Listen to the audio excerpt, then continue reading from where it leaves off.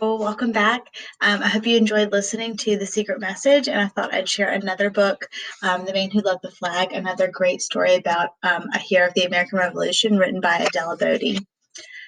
And here's just a quick word to the young reader. Our country has many flags. As you know, we have a national flag and a state flag. You may belong to a group like the Scouts that has its own flag. During the Revolutionary War, Americans fought under many different flags. Every regiment had its own, which it called colors. In the past, armies went into battle carrying flags. If the flag was captured, many soldiers then gave up the fight. All flags should be treated with honor because the flag stands for our land and its people. Most importantly, the flag stands for what we believe in. At the signing of the Declaration of Independence, our national flag was given 13 stripes to represent the 13 colonies. Today, the flag still has 13 stripes, but it has 50 stars to represent the added states. Under this flag and the ones that have come before, many United States citizens have given their lives for their country. Some of these soldiers died while carrying the flag. William Jasper is one who did, and this is his story. Chapter 1, Coming to America. The sailing ship Minerva tossed and swayed on the Atlantic Ocean. The year was 1767. The German immigrants on board sailed to Philadelphia. In America, they would work for the man who bought their passage until the debt was paid. A 16-year-old boy named Johann Wilhelm Jasper was among the passengers. From the deck of the Minerva, he watched the ocean breezes swell the ship's sails. He listened to the creaking of the wooden vessel as the wind pushed them closer and closer to their new home. The voyage had been long and hard. Day and night for many, many weeks they sailed against westerly winds and sometimes storms.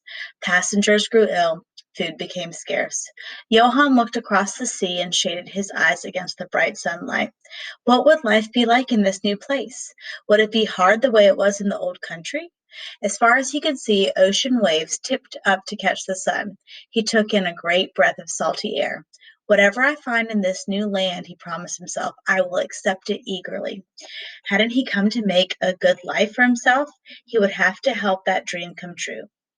Chapter 2, Life in the Colonies. The Minerva docked in the Philadelphia harbor.